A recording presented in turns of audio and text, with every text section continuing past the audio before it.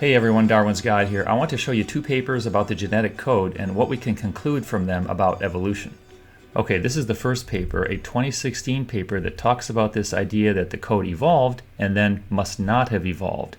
It evolved rapidly early in the evolutionary history and then came to a point where it could not evolve at all, strict conservation. So, quote, the code may have evolved in a series of steps from simpler codes with fewer amino acids.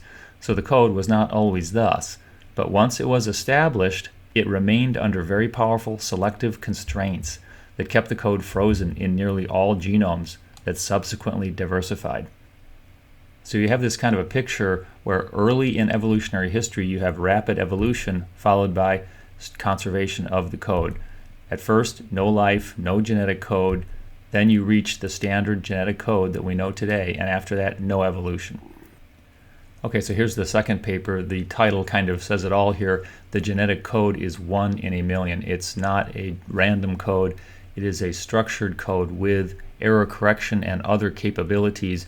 You have to search through a lot of codes to find one that's better than the existing code. So this paper says it's basically 1 in a million. So back to this graph, this early evolution phase would have to have selection working to improve the code.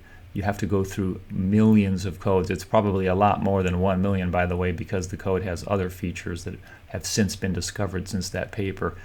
You have to have evolution working away, selection working away, a lot of change happening to improve the code to get to today's standard code. That's the key here. A lot of evolution happening, improving the code. A lot of evolution happening in this early phase, no evolution happening after that. Okay, those are the two papers. What can we conclude from that? So in terms of evolution, the first step, you would have to evolve genes, a protein synthesis capability, and a genetic code. After that, you could then start mutating the genetic code to do this evolution of the code step. Now, when you do happen to randomly mutate the code once in a while, you don't actually test out the error correction capability. In order to test that out and have selection working like we just talked about, you also have to mutate some genes. When some genes mutate, that then would be a test of how well did the error correction capability work. So that's our next step here, randomly mutate some genes. You then would get some selection effects. Sometimes the new code works better. This would have to be done a lot of times, so I've drawn this yellow circle here to indicate searching through a large number of randomly mutated codes to improve your code and get something better. Finally, you arrive at today's standard genetic code, and at that point, the evolution of the code is frozen.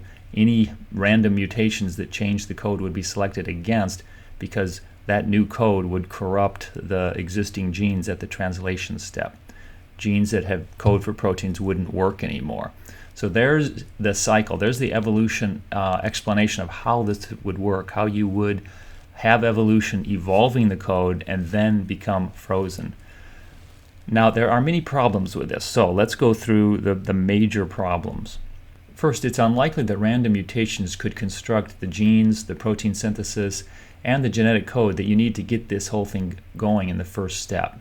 There's too much complexity and circularity in that system, even with a simple genetic code. But let's move on. Assuming you are somehow able to randomly evolve this system, what's the next step?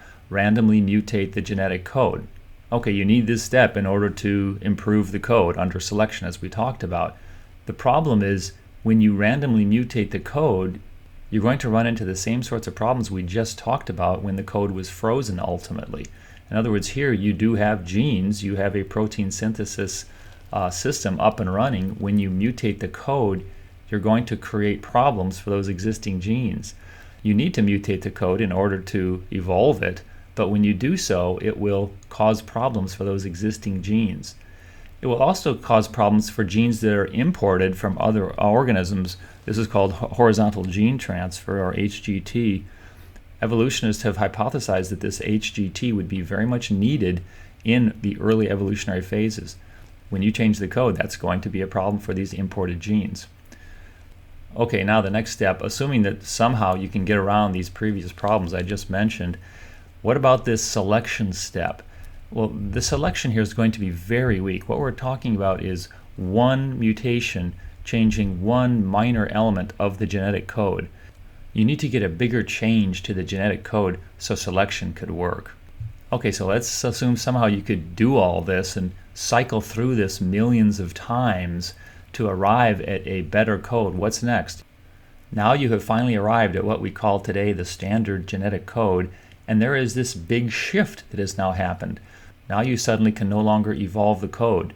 You were in a regime of high evolution, a lot of change happening, a better code being evolved, to now it's frozen. It cannot change.